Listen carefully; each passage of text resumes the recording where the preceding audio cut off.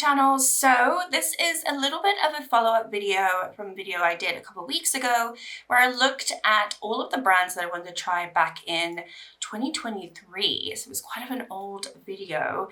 I went through kind of some interesting choices. Some brands still relevant, some brands not, some brands still on my somewhat of my radar, and some not at all. So a lot of you wanted me to do a follow-up video of going through all the brands that I have yet to try and I still want to try. I tried to narrow this down. It's quite a long list. I think there's more than 10. I tried to include indie and non-indie, but I think most of them are going to be indie because it's just simply what I've been buying. As I said, this is all makeup brands. There are a lot of skincare brands that I have yet to try, but that in itself needs to be its own video because there's just too many. There's also, I've done it in 3 different sections. So I've done the brands that I really want to try that I potentially could buy from at this point. There's also a couple of brands that are on my radar and I'm kind of like waiting. I'm kind of seeing what they do next. I'm not entirely sure. And then brands out of reach is the 3rd section where they're mostly brands that just can't buy in this country or can't get in Europe. So basically, all you US brands that do not ship out of here, or that you do, but it's just extortionate, I am not going to be trying that anytime soon. So that's kind of where I am with this list. And so if you're interested to hear about all the brands that I have on my radar and kind of want to try, then I guess stay tuned. I'm doing a little bit of bulk filming because I'm having painters this week and I don't know how much filming I'm going to be able to do, unfortunately, because we have to shut the shutters so that they can spray the house because they want to clean it all before they paint it. So anyway, so that's why I have makeup from the last 2 videos. Okay, that's why. All right, I don't know if I put this in order. I was gonna put these in order, but I also don't see how I can put them in order, to be completely honest with you. What I would love to know in the comments down below is once I go through the list, or if I mention a brand that you've tried, or even mention a product, because I'm gonna try to talk about specific products that the brands have released that have made me want to try them, or that I still want to try. They might be old releases, new releases, and whatnot. If you've tried them, please let me know what you think. If I talk about a brand that is absolutely awful, please let me know because I want to stop myself from spending money on something I might not like. Okay, so the first one is Deini Beauty. So Deini Beauty, I've been kind of unsure about because I really haven't seen that many people talk about this brand. It is on Monolith, so it is a brand that I could have already tried at this point. It is an indie makeup brand. I believe that they are based in Florida, and they are coming out with the Mingo palette. And I know I mentioned this in a previous video. I called it Mango because I thought it was called the Mango palette, but it's called the Mingo because it's flamingo. One of you lovely subscribers corrected me and let me know why it was called Mingo because it didn't register to me.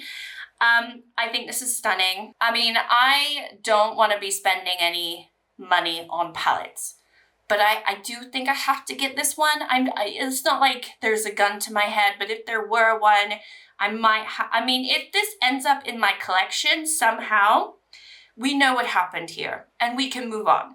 But this is beautiful. It looks beautiful. The swatches look really good. Again, though, I don't know what their formula is like. So if you tried Deini, please let me know before I try it. Please let me know because I do not want to waste my money, especially since I've kind of decided to pull away from my full-time job on purpose. I don't have as much money. So, you know, just help a girl out here. Okay. All right, then we have Artitude Cosmetics. So obviously they've been around for years and years and years. I mean, I feel like I knew about them even before I started my YouTube channel, but I don't know exactly how long they've been around. But they've been around a while. I've known of them for a very, very long time. They've always come out with really beautiful palettes. I think in particular, though, the ones that really struck to me more recently than others, and again, these are not new palettes at all. I think one came out 2 years ago, one was a year ago, but they are on Monolith, so I potentially could get this.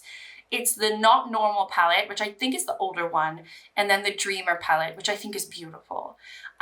Is it worth it? Like, you let me know, but I think these are beautiful. These are also on Monolith, so that's why they're on my radar. I could get Unearthly because I believe I could just buy from them directly, but it's easier to get it on Monolith. I'm not gonna lie, if I buy something on Monolith, I'll probably buy multiples.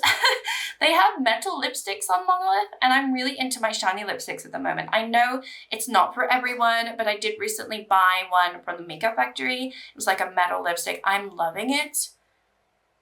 And I really like the metal lipsticks that they have on Monolith. And I saw, I think a few of them were on sale, and I was like, oh, should I try? Dare I try? I do not need it. Don't need any of this stuff. But that is a brand that I've always been curious about.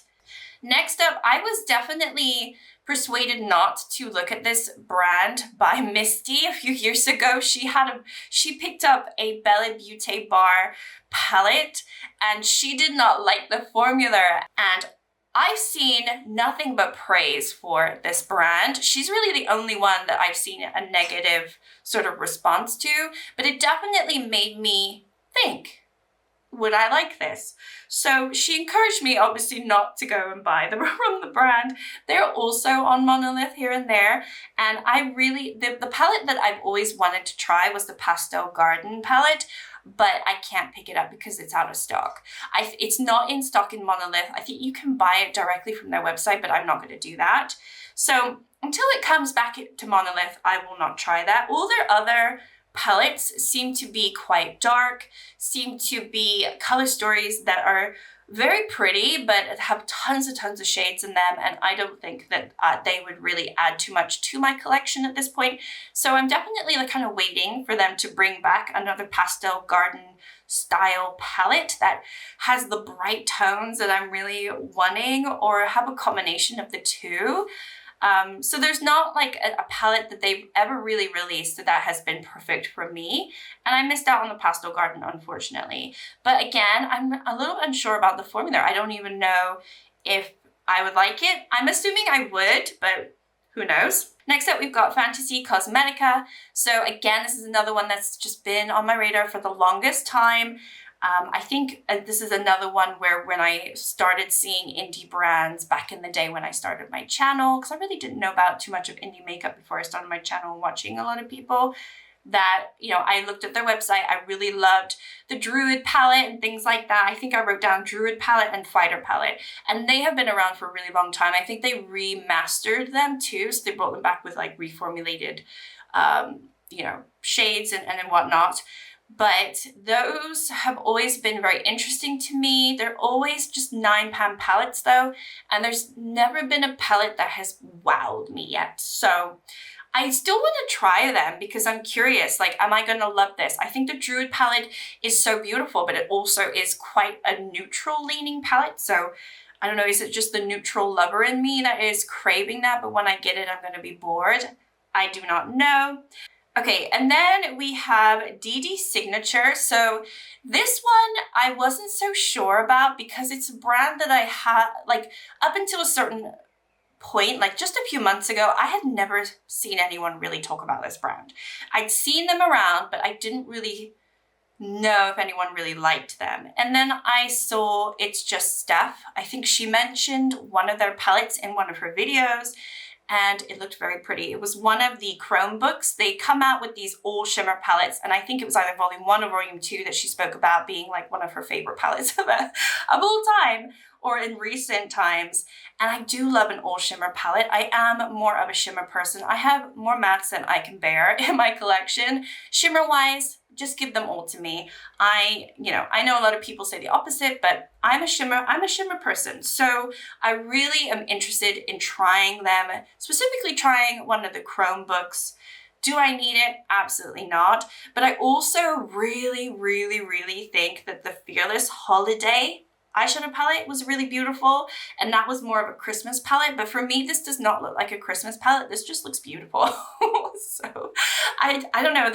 I think they're one of the ones where I think I would actually really enjoy this brand. I just have not bought from them. And again, I think they're on Monolith. A lot of these are on Monolith because I'm trying to look at ones that I can actually buy in the next year. Like, these are like wish list to try in the next year if I did allow myself to try them. That's basically what this video is. I'm trying not to because I am on a no buy, but you know, these things are broken, right? Okay, next up, Danessa Myrix. So Danessa Myrix, I do think that her eyeshadow palettes look really stunning and beautiful, but I do not want to spend the money on them. So unless someone gives them to me for free, I don't think I'll ever try her eyeshadow. But what I really want to try is her complexion products. I've heard nothing but good stuff about the yummy complexion items. So I'm very curious about those, specifically because I think that from what I've heard, they're good for more mature skin. Let me know if that's correct or not. I might be completely false.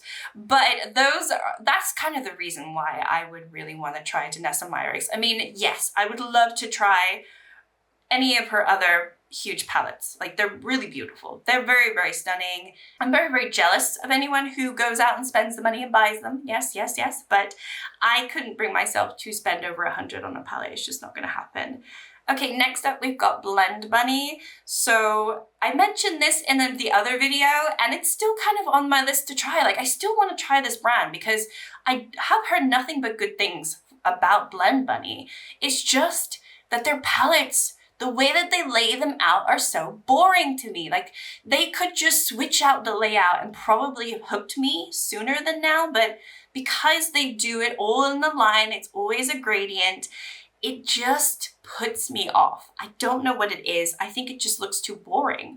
It's probably very easy to create a look that way, but for me, it's just a little too boring. But I did like the Sickly Sweet palette. I thought that was really beautiful. So that's kind of like, the one that got away. I thought that was really beautiful. And then we have Simply Posh Cosmetics. So I was adamant that I was going to buy the Snow Angel palette when it came to Monolith. And then it came to Monolith and I didn't buy it. And I still haven't bought it, and it's still there. The last time I checked, they still had stock. And I still have yet to buy it. I think it was because it was in the winter time that I was really, really wanting that palette. And then it came to Monolith right at the end of winter, and I just did not want to look at cool tones anymore. I think that I just was like, you know what? I have enough cool tones to last me a lifetime. If they did last, they don't last, but you know, if makeup lasted, it would last me for the rest of my life. Do I really need more? I don't need more of anything, but that's the reason why I haven't tried them. But I really enjoyed the color stories that they've come out with, and that palette specifically was going to be the palette that made me try the brand, and for whatever reason, I never picked it up, even when I could. I was waiting for it to come, and then it launched, and I didn't buy it, so I don't know what that means. It means I don't need it, but it's still a brand that I'm very interested in, and I will be curious to see what their next release will be. Okay, so then I have two brands that are on my radar. There's not one specific palette that I am like eyeing or thinking about, or makeup product that I really want from them, but they're on my radar. So that's why I put them in a separate little group, because I have nothing to say about whatever they've released. But the first one is Titanium Foxes, which is obviously the French indie makeup brand. And I've seen a lot of hype on with them, with just some like smaller influencers, and I've been really enjoying how they've been putting their color stories together. However, I don't feel like there's been one single color story that I've really, really enjoyed. Like, the first release had a red in it and like some other shades that I didn't really care for. The second release was much more pastel and light, and that was very, very pretty. So they're on my radar. I think they're very pretty from what I've seen from swatches and looks like, you know, I would like it. I mean, hopefully I'd like all these, I don't know. But you let me know if you tried them. And then one that so many people have told me to try, and this is one where I would try it if they were on Monolith, because I do have to pay for custom fees from brands from the UK as well. I have to pay for import taxes and everything. And it is Artitude Cosmetics. So they are obviously a UK indie brand. And if I could access them a little bit easily or easier, or if they were on Monolith at some point, because Deini Beauty came to Monolith. They weren't always on there, and they suddenly came to Monolith. So I feel like Artitude Cosmetics, obviously it does cost money to put your makeup products on Monolith, like a retail brand, because they take a share of the profit and everything like that. So I can understand why a lot of indie brands don't go on Monolith, but us EU girlies want to try these makeup products, and unless I go to England, pay for it to like go to like my parents' house and pick it up there, it's just not gonna happen. I just don't want, I am putting my foot down. I just paid my last import fee for the, what is it? The Nearly Neutral palette from Glamshop, because I was a stupid person and I did not buy it from Monolith. I bought it directly from there and I still do not have it because it suddenly just got approved. I told myself that's the last time that I am paying for dues and fee and for duties, because it ends up being that I'm spending double the price on the palette, which is just not fair. It's not fair for me. It's not fair for me. Anyway, so Artitude Cosmetics, I think also another reason why I haven't tried Artitude Cosmetics prior to this, because I probably would have tried them at some point. They haven't released one eyeshadow palette that I am in love with the color story. So a lot of people say that I should try it, that I'll love it, but I don't like any of the color stories at the moment. So until they release one that I really, really like can't say no to, like I'm sure the shades in those palettes are beautiful because everyone is saying so. So I know I'm missing out on some beautiful formula, some beautiful shades, but as an overall color story, there's nothing that speaks to me. So it's definitely on my radar, but I'm waiting. I'm waiting, and hopefully they become very successful and they go to Monolith and then they can sell more stuff, because, you know, it's not just me who's like browsing Monolith. We're all looking at Monolith trying to buy some more stuff. Okay, and then this little section, they're just brands that I have either wanted to try throughout the years and haven't been able to try, or I still want to try. So they're like brands out of reach, like I mentioned at the beginning of the video. So the first one is Say. Now, technically, I could buy this brand because they, I believe, are on Sephora UK, and I can buy stuff from Sephora UK, but again, I just don't want to. So Say is a brand that is very popular in the US. I see a lot of creators talk about, you know, their complexion products, lip products, cheek products, whatever else. I like the aesthetic. I don't know anything about really how it performs or how it swatches or anything like that, but it's just a brand that I would like to try. Another one that's very similar to that would be Ilia. So this is one that I do not have access to. I could potentially buy it directly from their website, but I do not want to. And I really like the aesthetic. So I think like it's just a few odd things that I think I would like from them. They don't have a huge range of product, but again, it's a brand that I think had I lived in the US, I would have tried it, but I don't, so it is what it is.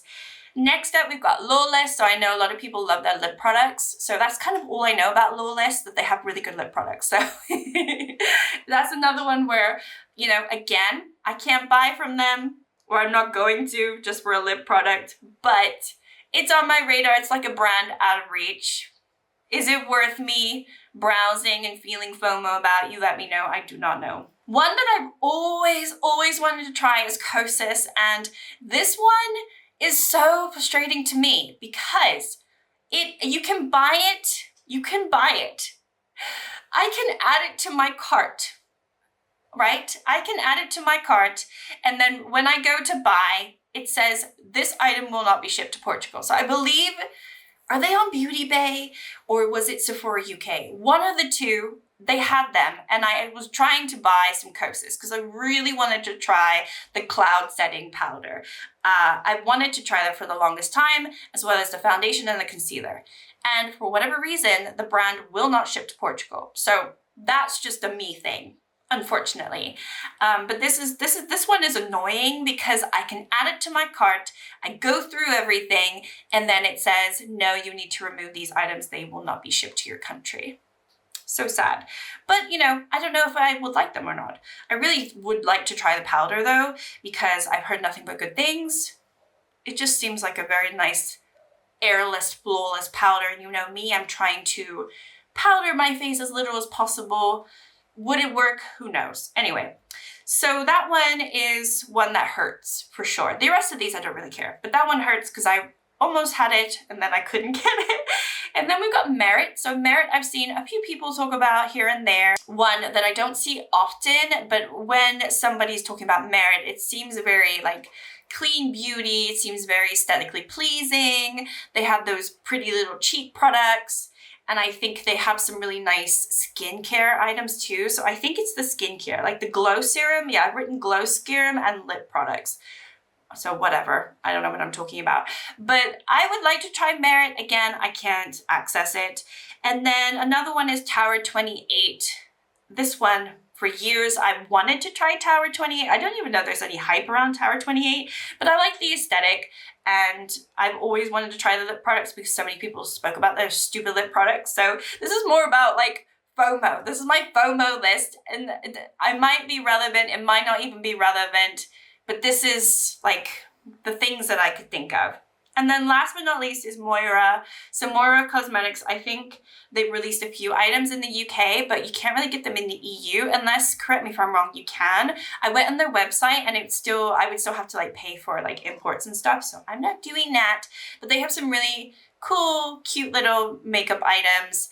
I would say they're priced kind of expensive, but that one is one where aesthetically they're just so pretty, and I think they have a lot of beautiful like cream shadows or shadow sticks. And I'm not a big person on shadow sticks, but it's definitely one that I would like to try.